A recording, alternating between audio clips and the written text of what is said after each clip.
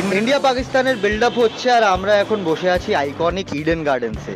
আর মানে এই মাঠ কতগুলো যে ইন্ডিয়া পাকিস্তানের খেলা দেখেছে আর কতগুলো যে মুহূর্ত দেখেছে, ইডেনের থেকে বেটার জায়গা হতে পারে না যে ইন্ডিয়া পাকিস্তানের প্রিভিউ। অফকোর্স নাসাউ কাউন্টিতে যদি কেউ প্রিভিউ করছে, যেটা দেবাশিস আর ঈশান আমাদের জন্য রেসকোর্স বাংলার জন্য বরাবরই করতে আসছে, তারাও প্রিভিউ দেবে। কিন্তু আমরা কয়েকটা মুহূর্ত যে ইন্ডিয়া পাকিস্তান রিলেটেড সেটাও রিলিভ করব।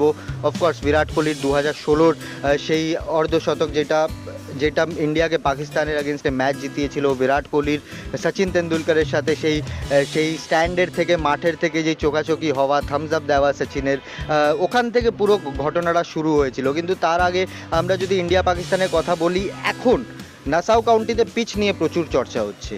পিচ কি সেফ, পিচ কি আনসেফ, পিচ কীরকম খেলবে, আরেকবার আনইউজ পিচে ইন্ডিয়া পাকিস্তান খেলা হতে চলেছে। সো পিচ কীরকমভাবে খেলবে সেটা খুব একটা হেডলাইন মেকিং স্টোরি হবে। যে পিচ যদি লো অ্যান্ড স্লো থাকে তাহলে অবশ্যই ইন্ডিয়ার একটা অ্যাডভান্টেজ থাকবে। কিন্তু পিচটা যদি সেম পিচ থাকে যেরকম ইন্ডিয়া আয়ারল্যান্ডে খেলা হয়েছিল, পেসাররা ডমিনেট করছিল, তাহলে পাকিস্তান কোথাও না কোথাও নিজেকে বলবে যে না, আমরা ইন্ডিয়াকে আগত করতে পারি। সো ইন্ডিয়া পাকিস্তানের খেলাটা দেখো, ম্যাচ আপস আর সব কিছুতে আসে, কিন্তু ইন্ডিয়া আর পাকিস্তানের খেলাটা অনেকটা ইমোশন বেস, অনেকটা অ্যাড্রিনালিন বেস। ওই মুহূর্তে ওই মর্নিংয়ে কোন টিম কীরকমভাবে ফিল করছে সেই ফিলিংটা খুব ইম্পর্টেন্ট। অফকোর্স পাকিস্তান ইউএসের কাছে হেরে এসছে, সো পাকিস্তান এই টাইমে একটু low and down and low থাকবে, কনফিডেন্সেও মোরালেও অনেক কথা হচ্ছে। পাকিস্তান মিডিয়ার থেকে অনেক প্রেশার যাচ্ছে, পিসিবির থেকে প্রচুর প্রেশার যাচ্ছে। আর সেদিকে ইন্ডিয়া আয়ারল্যান্ডকে হারিয়ে এসছে, যেভাবে ডমিনেট করে হারিয়েছিল, ওরা দেখেছে পাকিস্তান কীভাবে ইউএসের কাছে হেরেছিল। তো ইন্ডিয়ান টিমে, আর আমরা প্র্যাকটিসেও যেটা দেখলাম ম্যাচ ডে -2, ইন্ডিয়ান টিমে মুড খুব ভালো, ফুটবল খেলছে, হাসি ঠাট্টা হচ্ছে।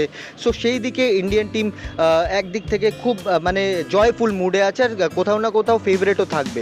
কিন্তু আমরা যদি দেখি যে সিকিউরিটি একটা খুব বড় কনসার্ন, কেননা ফ্যান্সদের যেভাবে ফ্রিস্কিং করা হচ্ছে, যেভাবে প্রশ্ন জিজ্ঞেস করা হচ্ছে নিউ ইয়র্ক পুলিশ ডিপার্টমেন্টের দিক থেকে, কোথাও না কোথাও ফ্যান্সদের জন্য একটু হ্যারাসমেন্ট আমি বলবো না, বাট একটা খুব ইজি একটা ফিজেবল একটা এন্ট্রি হচ্ছে না ফ্যান্সদের জন্য। আর যেখানে ইন্ডিয়ান ক্রিকেট টিম বা পাকিস্তান ক্রিকেট টিম হোক, তারা প্রেসিডেন্সিয়াল লেভেলের ওখানে সিকিউরিটি পাচ্ছে। সো ওদেরও 3-4টে লেয়ার পেরিয়ে মাঠে ঢুকতে হচ্ছে। সো ওইটা মানে কতটা ভালো হবে ফ্যান্সদের জন্য বা কতটা ভালো হবে প্লেয়ার্সদের জন্য, সেটার জন্য আমরা যদি চলে আসি ম্যাচ আপস, কোন প্লেয়ার কার সাথে ডমিনেট করতে পারে। দেখুন, তিনটে ম্যাচ আপের কথা যদি আমি বলি, তাহলে সবাই কথা বলবে শাহিন শাহ আফ্রিদি নতুন বলে আগেনস্ট ইন্ডিয়ার two experienced openers Rohit Sharma আর বিরাট কোহলি।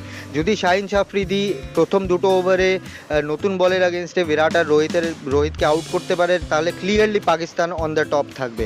আরেকটা ম্যাচ আপ ওইদিকেই অপোজিট এন্ডে চলে আসে, বাবর আজম, মোহাম্মদ রিজওয়ান, সাইম আয়ুব ভার্সেস জসপ্রীত বুমরাহ আর হর্ষদীপ সিং। যেভাবে বুমরাহ বল করছে এই টাইমে, I think he is the best bowler in world cricket right now. Harshdeep যেভাবে আয়ারল্যান্ডের আগেনস্টে বল করেছিল, মনে হচ্ছিল পিক ওয়াসিম আকরাম বল করছে। অফকোর্স কন্ডিশনস হেল্প করছিল, ক্লাউডি ছিল, ম্যাচ ডেতেও কিন্তু বৃষ্টির সম্ভাবনা আছে। সো ওই একটা ম্যাচ আপ খুব ইম্পর্টেন্ট থাকবে। আরেকটা ম্যাচ আপ আমার মনে হয় একটা গেম চেঞ্জিং ম্যাচ আপ হতে পারে, সেটা হচ্ছে শাদাব খান ভার্সেস ঋষভ পান্ত। শাদাব খান কিন্তু খুব বাজে ফর্মে আছে বোলিং ওয়াইজ, ব্যাটে কিছু রান করে দিচ্ছে, লাস্ট ম্যাচেও রান করেছিল, কিন্তু বলে সেরকম আর ঝাঁজটা দেখা যাচ্ছে না শাদাব খানের বলে। স্পিন করছে ঠিকই, ইমাদ ওয়াসিম ফিট হবে কি হবে না সেটার উপর অনেকটা ডিপেন্ডেন্ট থাকবে। তো শাদাব খানের উপর কোথাও না কোথাও ওই 3-4টে ওভারের প্রেশারটা থাকবে। আর ঋষভ পান্ত যদি একটা অ্যাটাক লঞ্চ করতে পারে, তাহলে আমরা জানি ঋষভ পান্ত একা ম্যাচ জেতাতে পারে। তো এই 3টে ম্যাচ আপ আমার মনে হয় যে এই পুরো খেলাটা ঘুরিয়ে দিতে পারে। আপনারা আমাদের অবশ্যই কমেন্ট সেকশনে জানাবেন যে আপনারা কোন প্লেয়ার আর কোন ম্যাচ আপ দেখতে পছন্দ করছেন বা আপনারা দেখতে ইচ্ছুক এই ম্যাচে। আমার দিক থেকে India of course favourite, but Pakistan যখনই সব অডস পাকিস্তানের আগেনস্টে স্ট্যাক থাকে, লাস্ট ওয়ার্ল্ড কাপে আমরা দেখেছিলাম জিম্বাবুয়ে যখন হারিয়ে দিয়েছিল গ্রুপ স্টেজে, তারপর উঠে পাকিস্তান সেখান থেকে ফাইনাল খেলেছিল।